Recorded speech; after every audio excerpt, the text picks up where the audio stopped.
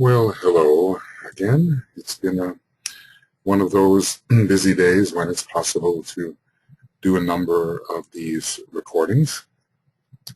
We are working on page 53 of Esoteric Astrology. We've been discussing about what a world period may be and how variable that term may be, all the way from a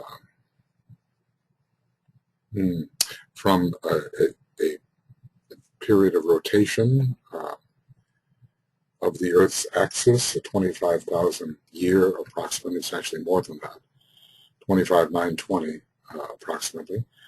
A great Platonic year to a rotation of our Earth around rotation of our solar system and all its planets around the Pleiades, or more likely a round, a complete round, or perhaps even a scheme round, which is larger still, or perhaps even a Mahamanvantara, or still greater than a Mahamanvantara.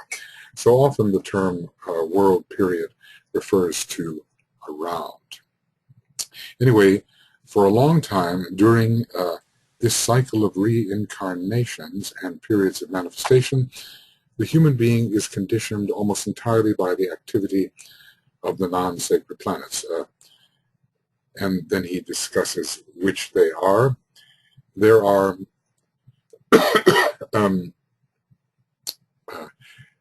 5 petals which have to open before it becomes possible for the human being to really respond sacredly to the sacred planets. There may be response to the sacred planets in a non-sacred way, but the activity of the non-sacred planets is major during the first millions of years of human evolution. There are some people who have individualized even in Lemuria on the Earth chain and are still responding primarily to the non-sacred planets or to the sacred planets in a personal and non-sacred way.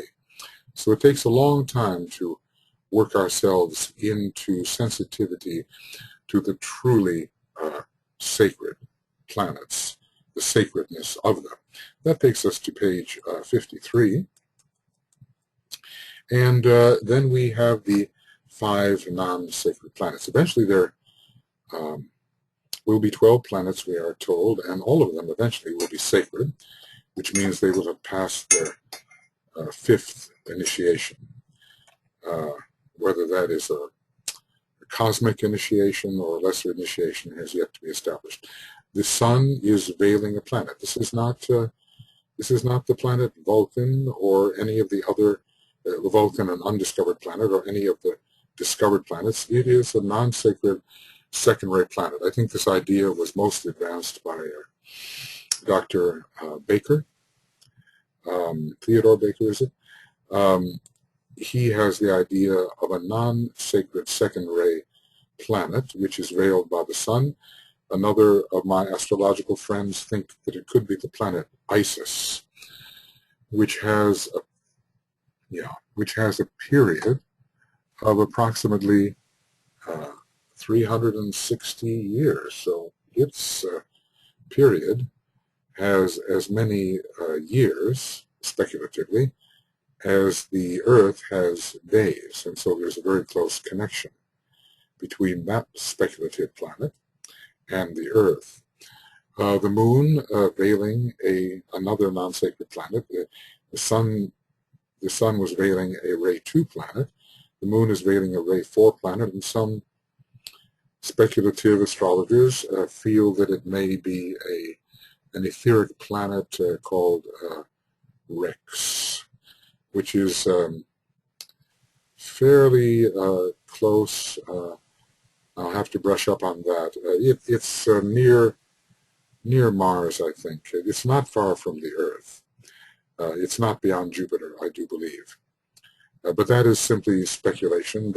What does not seem to be speculation is there is a planet, undiscovered, non-sacred, 4th ray, that the moon veils. It may be this planet Rex. When I worked with Charles Jane, he was quite emphatic about the existence of this planet Rex. He didn't relate it to the fourth ray particularly, but he did insist on its orbit and its value in the human horoscope. Then there is the Earth itself, of course, thus far a non-sacred planet, but interestingly sacred inwardly, whatever that means. There is a certain aspect of the Earth which must be considered sacred. It has yet to work itself into outer expression. Then Mars, a planet less advanced than the Earth, and definitely non-sacred at this point, farther behind in its initiatory process. And Pluto, even though it is an esoteric planet, it is still less sacred than Mars. Just because the scientists demote Pluto to kind of a planetoid or a non-planet or a minor planet does not mean that they are necessarily accurate from the occult perspective. Mars is the alter ego, or the symbolic of the higher ego of Pluto, just as Venus is the alter ego or symbolic of the higher ego of the Earth. These are the 5 non-sacred planets.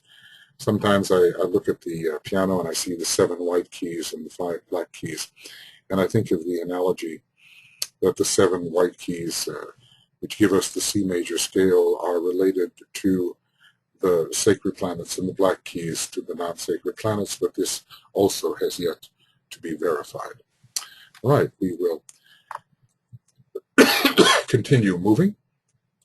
Man, speaking symbolically, is the 5-pointed star. That relates him to Leo, the most human of the signs, and the 5th sign, and relating to the solar nature, to the solar egoic lotus.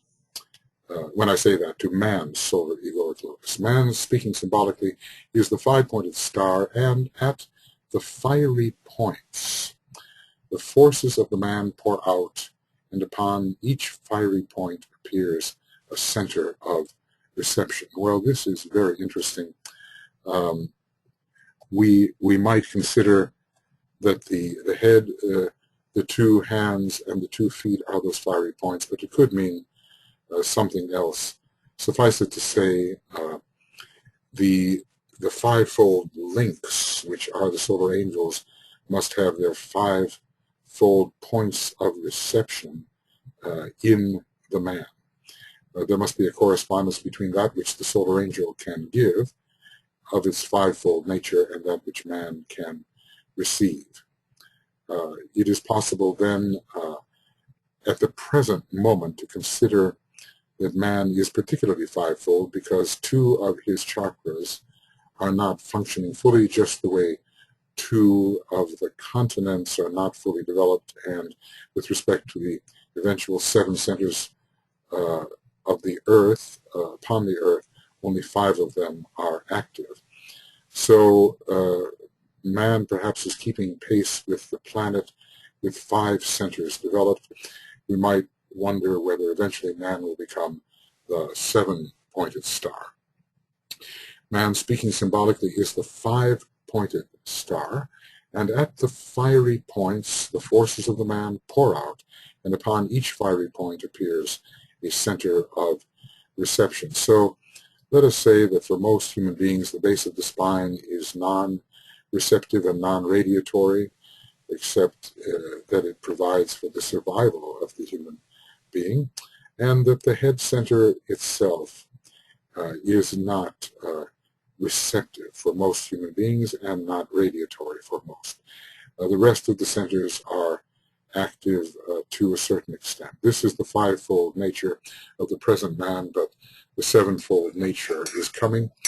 The 5-fold nature is fairly Brahmic. 5 is the number of the previous solar system, a Brahmic solar system, and 7 will be the number of the present solar system. And what will we be able to say about 9-fold man in the next solar system? This is, of course, pictorially expressed but the meaning is clear. Well, man is two types of pentagrams. He is the higher pentagram. He is the egoic lotus, the soul, in its fivefold nature by one method of counting. And he is the lower mind as well, in the personality, which can be symbolized by the inverted five-pointed star without evil connotation, but simply given its orientation into matter. Take those two pentagrams together, and you have the complete human being. And the number is 10, but the number is 1. However, as man nears the path of discipleship, the influence, man is the five-pointed star, okay? Well, from this point of view,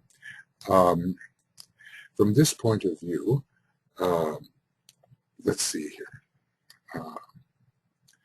Right. And so we say that man, speaking symbolically, is the five-pointed star, and this 5 points has to do with the 5 non-sacred planets. He will progress to a 7-pointed star. I just realized, of course, we've been talking about the number 5, and man's fivefold nature can be considered in either a sacred or a non-sacred way. He says this is, of course, pictorially expressed, but the meaning is clear. However, as man nears the path of discipleship, which technically I think you can think of beginning at the first initiation, the real path of discipleship, when a person is a little chela, that's the real path of discipleship. As man nears the path of discipleship, the influence of the sacred planets becomes increasingly effective until after the final and 5th initiation, the non-sacred planets have no effect. But that's very interesting that, here, let me do this correctly, that until the 5th initiation, they do. So let's put that down. Until the fifth initiation, the non-sacred planets do have an effect, though the initiate wields their energies potently as they pour into and through his vehicles of reception, of response, and of expression. For all 3 activities and purposes must be noted. He has reception, response, and expression. Man can wield the energies of the non-sacred planets even at a high initiatory level, even though he is not necessarily affected by them. So, we see that some of these planets are, after all, hierarchical planets, hierarchical rulers. Pluto in Pisces, for instance, although that would affect a man, I suppose, at the 4th initiation, particularly whether it would affect him at the 5th, when the base of the spine center becomes maximally active. I'm not certain it's a possibility, but he says after the final and 5th initiation, which it's not really the final initiation, but he calls it that for present purposes, the non-sacreds have no effect, but their energy can be wielded.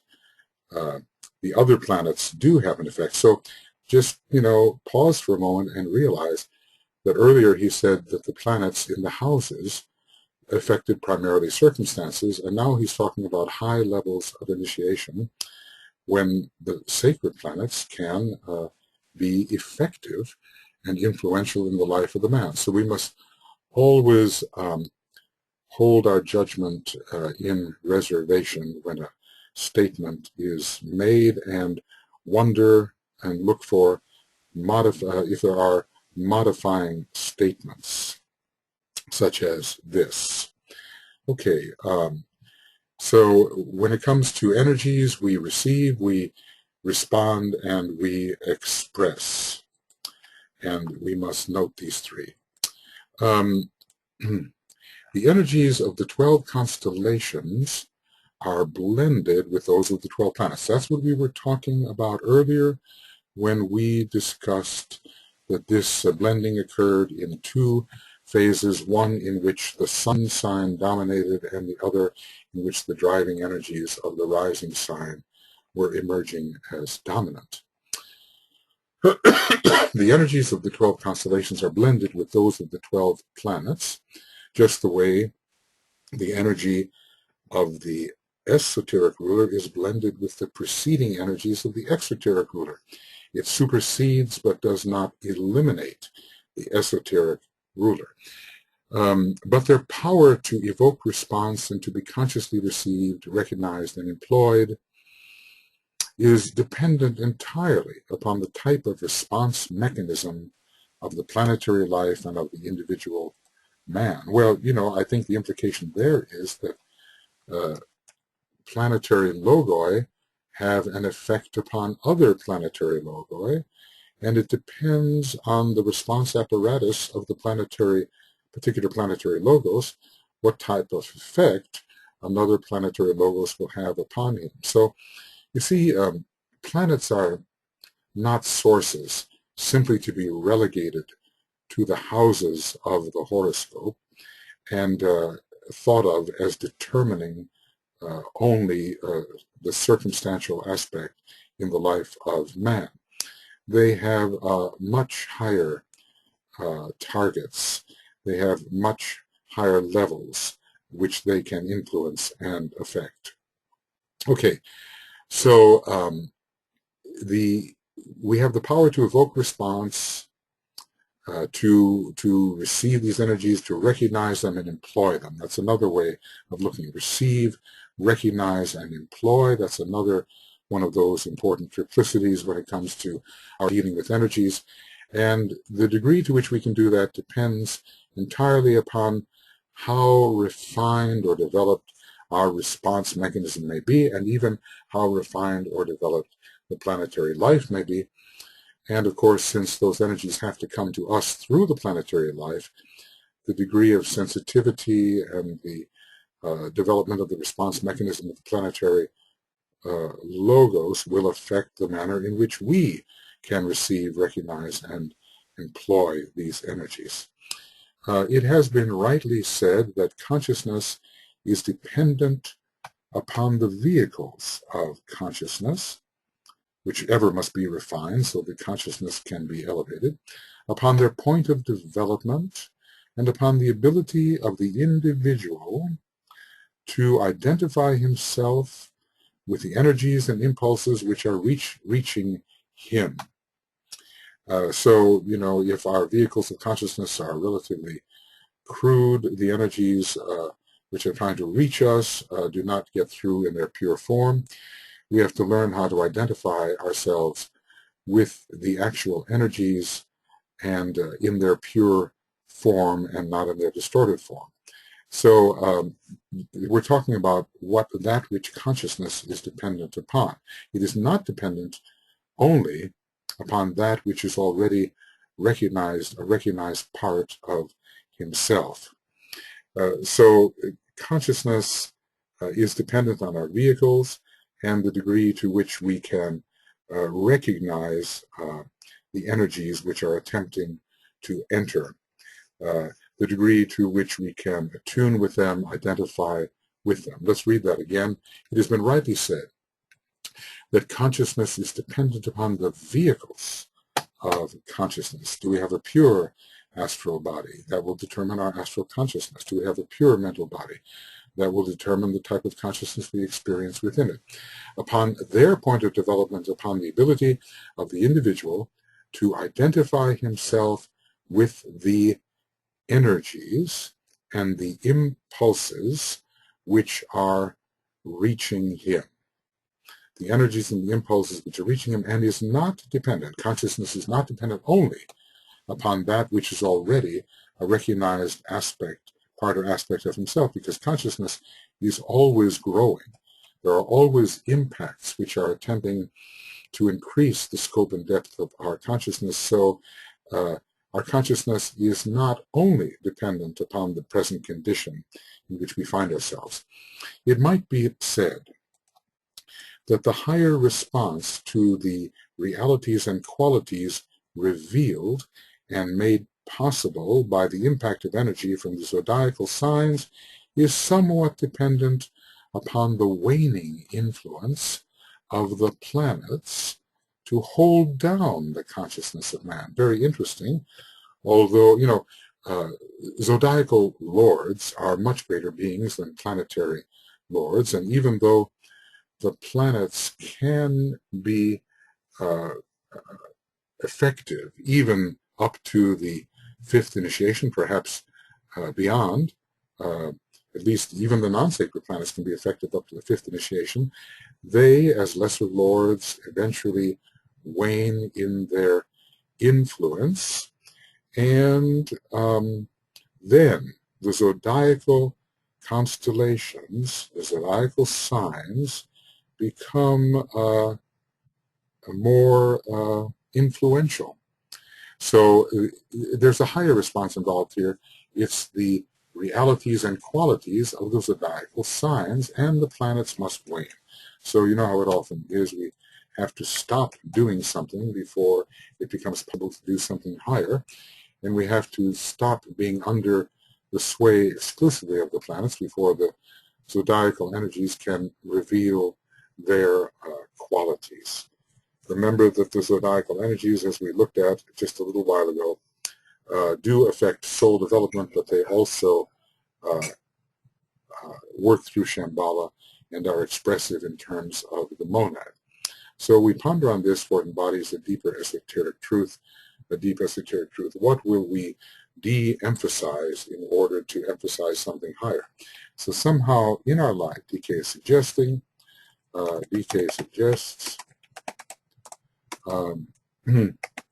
that we must allow the planetary, PT planetary influence to wane somewhat before the full zodiacal influence can be felt and appreciated. All right. Thus, two potent streams of energy, cosmic and systemic, and even though DK does call the planetary logoi cosmic beings, in this particular context he's looking at them as systemic beings. Thus, two potent streams of energy, cosmic, that is zodiacal, and systemic, reach man via the conditioning planetary centers of force. Another thing he can be saying here is that the energies of the three great constellations and the zodiacal energies reach man via the conditioning planetary centers of force. The seven, presumably sacred, planetary schemes in the solar system and their corresponding seven centers in the planet on which we live and pull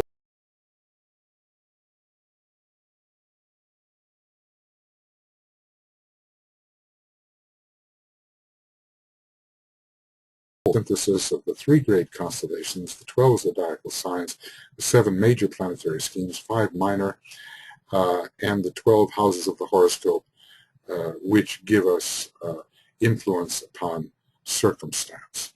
Thus, two potent streams of energy, cosmic and systemic, and I suspect that the systemic energies in this context are considered planetary, reach man via the conditioning planetary centers of force. They condition life within the lower worlds and also, in some cases, in the higher worlds. The seven planetary schemes in the solar system and the corresponding seven centers in the planet on which we live. Our planet has, let's call it a planetary globe, and it has chakras on many different levels and seven major chakras, presumably on each level. We also have the seven continents, and we also have the seven major city-like centers, Darjeeling, Tokyo, Geneva, London, and New York. 5 of those exist and 7 will.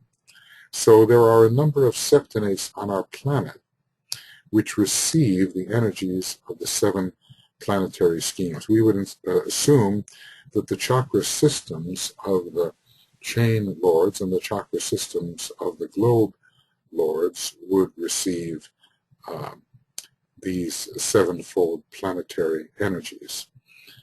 And they pour into the 12 symbolic 12 houses through the medium of the planets. When we really want to know what's happening circumstantially, we look at planets in our houses, whatever house system we may use. DK does not deny the value of the house systems. He simply is telling us that in the future, the arms of the horoscope will be considered even more important.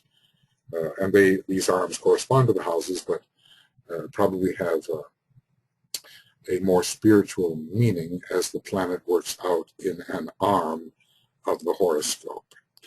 Okay, it is for this reason that our solar system is spoken of as one of intrinsic duality, love, wisdom, and that the major task of man is the regulation of the pairs of opposites. Well, he's talking about the 2 potent streams of energy, and presumably one of them is associated with wisdom and one of them is associated with love. It would be difficult to differentiate here which is which. But we have 2 potent streams of energy, and just above he's talking about the influence of the zodiac and the influence of the planets. Okay.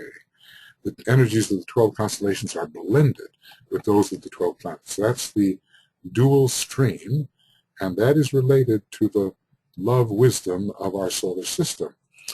But one would think that that would also be the case with other solar systems if they have planets and are related to the same zodiacal signs, such as, let us say, the stars of the 7 solar systems, of which ours is one. They are quite close, and they also would be related to these great 12 conditioning constellations. So there are 2 potent streams of energy, and he says it is for this reason that our solar system is spoken of as one of intrinsic duality, love, wisdom, and that the major task of man is the regulation of the pairs of opposites. Is he saying here that the zodiacal signs and the planets are opposites? Are the zodiacal signs and the planets opposites in a way? Or are they hierarchically related, one superior to the other? The theme of duality, let's just accept that at face value. The theme of duality, therefore, runs through the whole story of man's development. There is always something higher bringing him forward, luring him on, and something lower which is attempting to hold him back. So we have the higher and lower pairs of opposites especially. We cannot really think of love and wisdom, however, as opposites because they both seem to cooperate very well with each other. The theme of duality, therefore, runs through the whole story of man's development. Upon all the 3 planes of human unfoldment, the reconciliation goes forward. We can call this the reconciliation of the pairs of opposites. And certainly when one looks at the type of reconciliation we have to carry forward, it's a reconciliation initially between the soul and the personality, and thus between the zodiacal signs and the planets. We remember that in this section just a little while ago, Master DK is basically telling us that the zodiacal signs are correlated with soul development and with subjectivity, and the planets are correlated more with conditioning influences which condition our circumstances. Okay, so that is a little discussion of duality and how duality is related to the blending of the zodiacal constellations or signs, the energies of them, with the energies of the planets.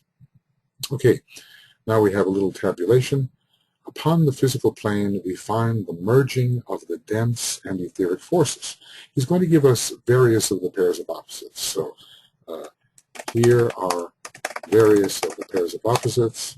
Upon the physical plane, and this took place back in old Lemuria as one of the initiations of that period, upon the physical plane, we find the merging of the dense and etheric forces. This is consummated on the path of purification, when, according to the energies within the etheric body, we can control the strictly dense physical promptings and impulses which have to do with the third aspect of divinity, and not with the second aspect at all. You know, so many of the appetites that we are prompted to follow, so many of the instincts have their root in the dense physical nature, and we, by bringing higher energies into our etheric nature, have to learn how to control these. This leads up to the first initiation, in which a degree of that purification is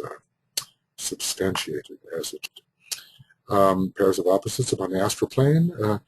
Upon the astral plane, there must come the resolution of the pairs of opposites, and this is the pull of the personality and the pull of the soul. This is consummated upon the path of discipleship, and the battle is fought out on the astral plane.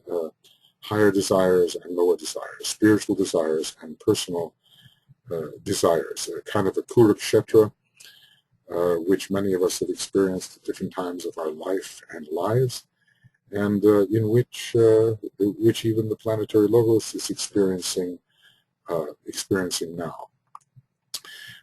You know, you would think that we, as disciples, being somewhat mentally polarized, or almost there perhaps, would be beyond this type of kurukshetra, this type of battle on the astral plane, which is so common to the ordinary non-aspiring human being, but we are not. We are still somewhat subject to it. There are high desires leading us, aspirations leading us into the world of soul, and there are strictly personal pulls leading us back into the world of personality. And pretty much at the third initiation, the bird on the branch flies free of the counter pulls. That old stanza used in Atlantean days at the time of the third initiation describes this very beautifully. And then upon the mental plane, the angel of the presence and the dweller on the threshold are brought face to face, and their synthesis, which is really a synthesis of the man as the angel and man as the personality, is brought about on the path of initiation. And the final synthesis of this, in a way, does not occur until the fifth initiation, although a good part of that synthesis is achieved at the third degree. Well, really at the third degree, the man only catches a glimpse of the full nature of the dweller, I think. This is in Glamour, A World Problem, and I think it would be good, Glamour, World Problem, I'll put the word glimpse, G-L-I-M-P-S-E, and there's only one, and we can see that in the third initiation, the initiate can employ the intuition for right perception of truth, and in that initiation, he catches the first real glimpse of the dweller on the threshold and the angel of the presence. This is a very mental initiation, and it allows him to focus within the causal body. In the fourth initiation, the initiate demonstrates his ability to produce complete at-one-ment between the higher and lower aspect of the soul in manifestation, because the personality is the lower aspect of the soul in manifestation, and sees the dweller on the threshold, which is the refined, purified, and empowered personality, merge into the angel of the presence. And even at the fifth initiation, this is involved, interestingly. In the fifth initiation, and here words fail to express the truth, he sees the dweller on the threshold, the angel, and the presence merge into a divine synthesis, and this presence is none other than the monad. So the dweller is with us for a long time. So it's upon the mental plane that the true angel of the presence, which is expressing itself on the higher mental plane, and the dweller on the threshold, which is also expressing itself on the mental plane, because it is, in a way, the entire personality focused on the fourth subplane of the mental plane and connected with the mental unit. They are brought face to face. Their synthesis proceeds later upon the path of initiation. We've just seen that the real merging of the dweller and the angel does not occur until the fourth initiation. But at least they are brought face to face, and a clear sight of the dweller and the angel exists for the one who's reaching that degree. I just noticed I look like some sort of head suspended in the dark. Well, anyway, the room is dark. I've been in this room for quite a while, and you know, the sun has changed position and so forth, but I trust you'll be able to see me and hear me. All right, let's see where we are. What is true of man in this connection is also true of humanity as a whole. There is a sense in which the angel of humanity must face its dweller. In the great war of the previous century, which may not quite be over, perhaps to run its third phase, hopefully subjectively, the dweller and angel of humanity are facing each other. This is not totally realized by all members of humanity, but certainly we see the best and the worst of humanity being displayed in this warlike situation.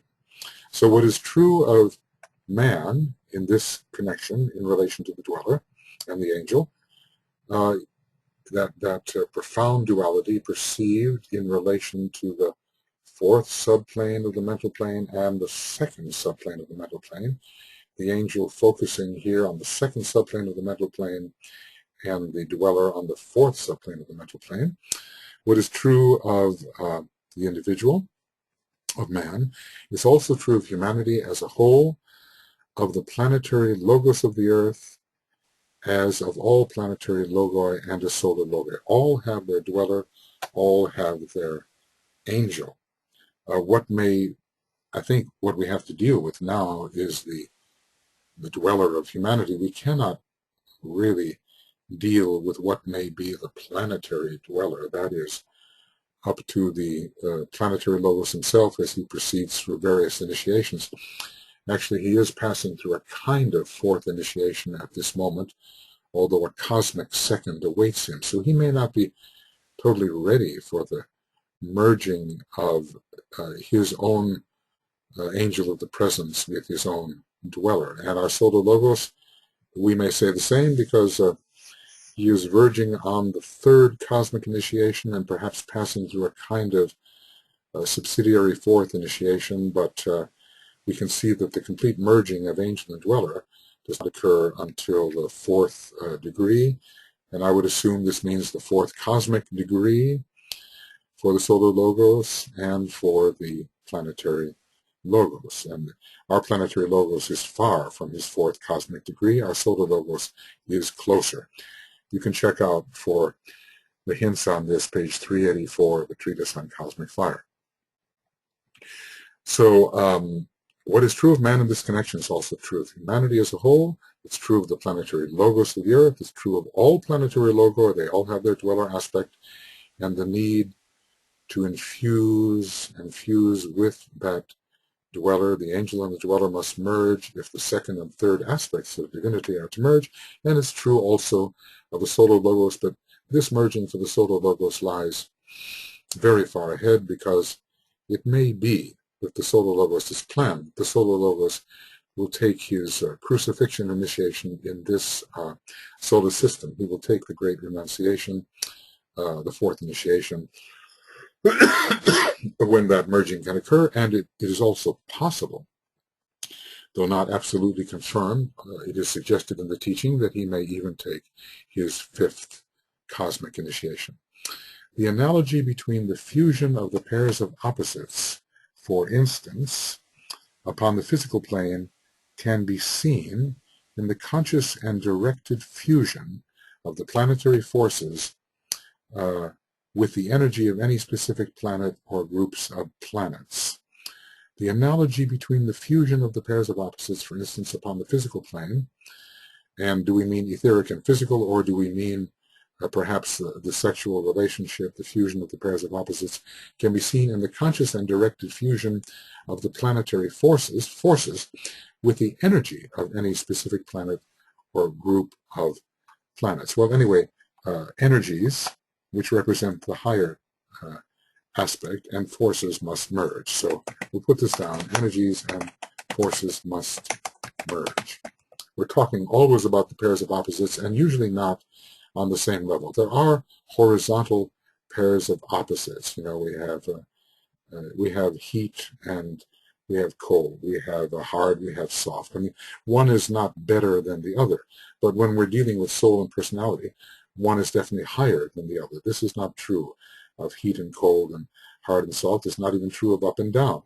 There are all kinds of more neutral pairs of opposites that do not have a dimensional value connected with them. The analogy involving discrimination to regulate and offset the force of the pairs of opposites upon the astral plane can be seen when the energies of the sun sign and of the planets are perfectly directed and adjusted. Well, perhaps there's a battle between the sun sign and the energies of the planets. We certainly do have many pulls and counterpulls upon the astral plane, and we are looking for the aspectual integration of the sun sign and the planets. We are looking to harmonize their relationships. So there is an analogy here. When we are able, even if we have tough aspects, to harmonize the relationship between the sun sign and the planets, then we have the analogy here to offsetting the force of the pairs of opposites on the astral plane, and then there will be a harmony and right progression, and the man will not be pulled below, held below, and prevented from moving on. There's going to be another analogy here, I suspect. The analogy can be carried forward onto the mental plane, and when the, this is very interesting, and when the energies of the sun sign and of the rising sign are coherently blended and expressed, in the case of both the individual or the planetary life, there comes that point of crisis wherein the soul and the personality can be brought face to face, and that is the dweller and the angel. The personality stands for the dweller, and the soul for the angel. So that is a mental happening. Now, very, very interesting. We have an analogy here of how to reconcile pairs of opposites on different planes. Does he talk about how to do this? The fusion of the pairs of opposites on the physical plane can be seen in the direct fusion of the planetary forces with the energy of any particular planet or group of planets. Well, we're talking about etheric and dense physical fusion, and we're talking about planetary forces and energies. And we're trying to blend the higher with the lower on any particular planet or group of planets. Then we go on to the astral plane, and we try to blend the sun sign with the other planets and bring them into harmony, and then we move on to the mental plane, and we try to harmonize the energies of the sun sign and the energies of the rising sign, coherently blended and expressed. And you have to ask yourself, can I do that? Can I do that right now, even if my sun sign and my rising sign are in, what can I say, difficult aspect? Are my sun sign and rising sign, regardless of what their aspect may be, Are they in a position to be coherently blended and expressed? Then we will no longer have warfare upon the mental plane, struggle between the opposites, warfare upon the astral plane with the sun and the planets, and warfare upon the physical plane between the energy aspect and the force aspect of any planet or groups of planets. DK is wonderful, and sometimes when I'm reading this, it's just as if I've read it for the first time. I know you all have that experience from time to time, and I'm having it right now. How could I have overlooked the importance of this particular section? How could I have not kept it in my mind? Well, maybe 1% or 2% of what is given by DK is kept rightly in mind. I used to say I think I could maybe grasp 5% of what he's written, and the further I go and the deeper I study, my percentage falls. I think I'm down to 2.5% and rapidly falling. And maybe I will even find these percentages to be an exaggeration. One cannot help but be humbled in the face of the magnificent presentation which Master DK has given us on behalf of the hierarchy. It's just astonishing. It is the esoteric essence of so much of what is hidden in other traditions, and here it is clearly given in the King's English, so we are to be grateful for what is given. Okay, the angel of the presence distributing solar fire. Some people distinguish between the angel of the presence and the solar angel. Perhaps they consider the angel of the presence to be the actual solar angel, and the solar angel to be that part of the solar angel which underlies the egoic lotus, and consider the egoic lotus as the solar angel. I have never, with consistency, made any such discrimination. Just as I tend not to discriminate between the planetary logos and the heavenly man, because so often they are used in a manner equivalent. But heavenly man, I think, can also refer to, there are degrees of heavenly man. So a planetary logos is a heavenly man, a chain lord is a heavenly man, a globe lord is a heavenly man, but you cannot call them planetary logoi. Some have said that when you speak of the planetary logos, it emphasizes the monadic nature of that being. And when you speak of the heavenly man, it emphasizes the soul nature of that same being. And it's a good distinction, but I haven't found it to bear out in so many contexts. Anyway, you can make up your own mind as you study this, not only now, but in centuries ahead, at the wonderful new esoteric schools, which will be established, 14 of them and then more in the centuries ahead, to bring down to earth the true esotericism and train those who can undergo the rigors into service to humanity on behalf of the hierarchy. The angel of the presence distributing solar fire and holding focused electric fire. That's quite an important statement. So the angel of the presence distributes solar fire, but focuses electric fire. After all, it has its own monadic nature, doesn't it? But that's one of the only times I've seen this. The angel of the presence, angel, no, this age of Pisces. Let's see. Angel of the presence holds electric fire focused. Interesting. And the dweller on the threshold expressing and utilizing fire by friction. See, in a way, within the angel of the presence and within any second aspect demonstration, the first aspect is held latent because the time for its full expression has not yet come. We're not in that final or sixth solar system. So always the first aspect of divinity is expressing itself in a mediated manner.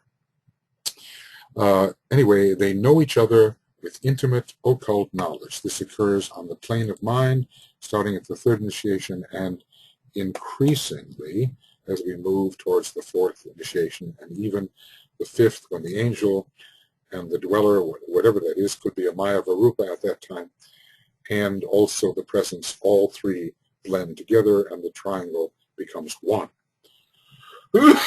Excuse me. The door then stands open wide through which the life and light of the three major constellations can, after the third initiation, that's the point, the three major constellations after the third initiation can be occultly available to the initiate, be he a liberated human being or a planetary logos.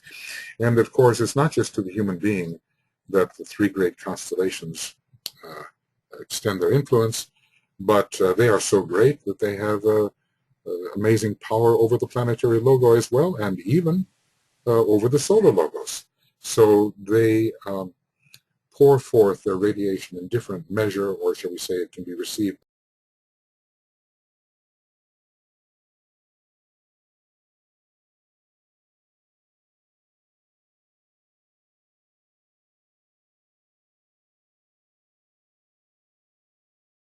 Even the tiniest of those three, which is Sirius, has an amazing effect upon our solar logos. Okay, we can do a little more, I think. As I go over this material, I'm just, one would like to ponder, to dwell upon it for a long time and extract all that is hidden. But all right, we are going over this book somewhat carefully, and there will come thoughts to you about what has not really been fathomed, and there will come ideas to you about what might further be fathomed based upon the hints we have generated. So the angel of the presence, distributing solar fire and holding focused solar fire, electric fire. Wow, that really has to be remembered, because there is electric fire there, and in a way the entire jewel in the lotus is a representation of electric fire, although you could say that is more the creation of the monad than it is the creation of the solar angel.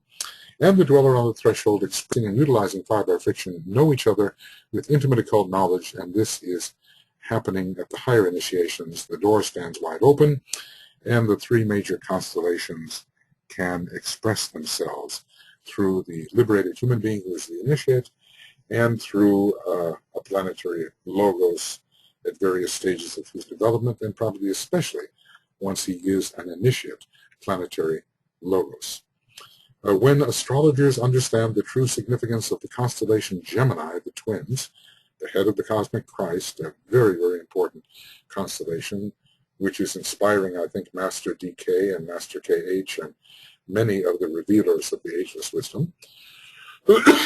When the astrologers understand the true significance of the constellation Gemini, the twins, and the dual forces which pour through this sign, the forces in conflict, as they are sometimes called, or the quarrelling.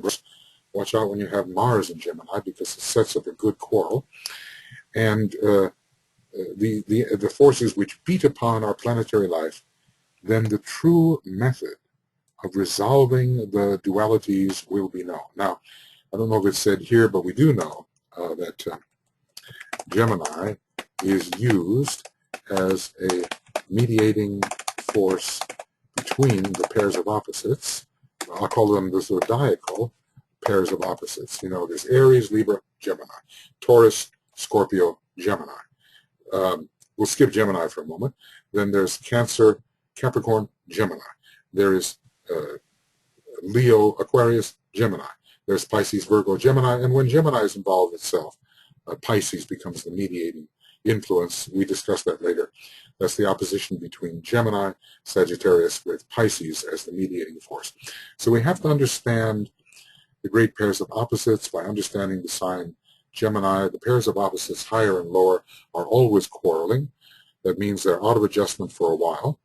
And those pairs of opposites under Gemini can be soul and personality, but they can also be the spirit and the soul-infused personality. They can be Sirius and the sun. They can be different constellations which hold to each other that kind of pairs of opposites relationship. So, we have Pollux, which is a great supergiant star, and we have three pairs of double stars that are called Castor. It's really a visually single star, but it's really 6 stars, and those represent all the forces which are lower than the force of spirit itself. So everything that is generated by spirit, the six, pulls in an opposite direction from spirit itself until there is a reconciliation. So anyway, we need to learn to reconcile the pairs of opposites, and especially upon our planet, which is a planet of magnetic adjustment. We become adjudicators between the pairs of opposites. We are involved in magnetic work. Let's just see if we can find that. Just say something about the school adjudicators. Adjudicator. Oh, it's not being spelled right. Adjudicate. But I think I'm not going to do too well here. School magnetic. Oh, I see. I know what the problem is. I still have glamour checked, and you can't find a reference. Adjudicator. All right, let's call this just School of Magnetic something, and let's see if we can find it.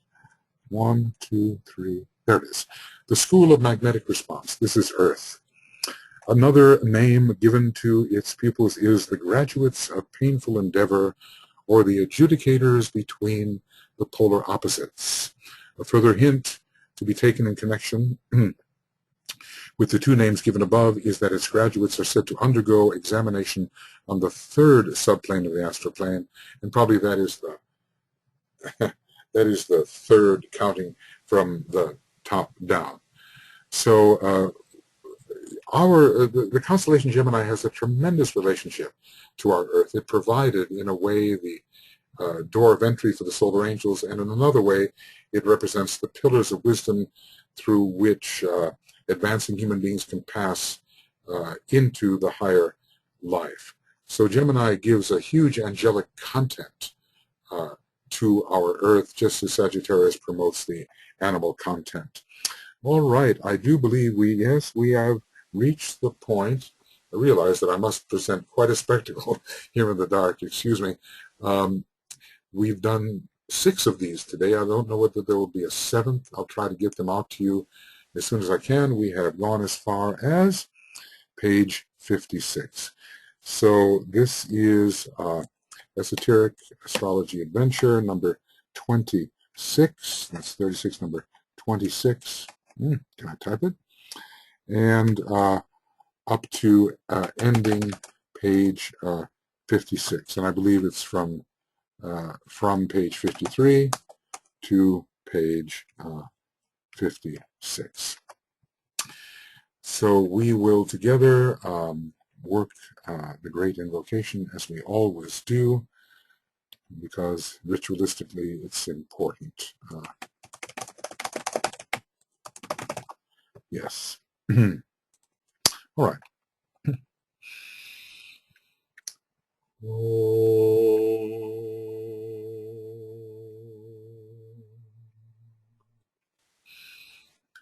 From the point of light within the mind of God, let light stream forth into the minds of men.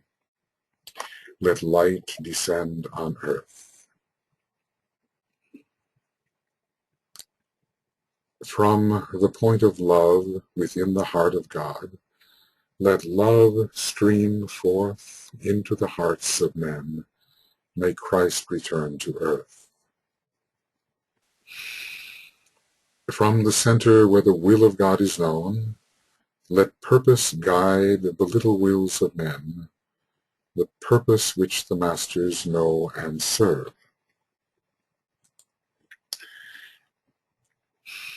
From the center which we call the race of men, let the plan of love and light work out, and may it seal the door where evil dwells.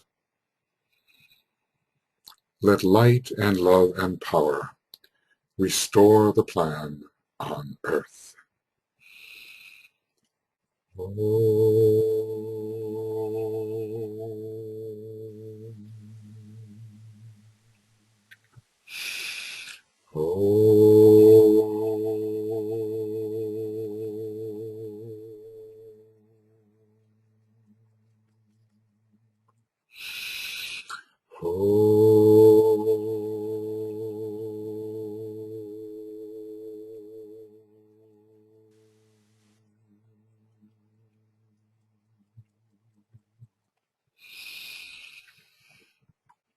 Okay, friends, we are making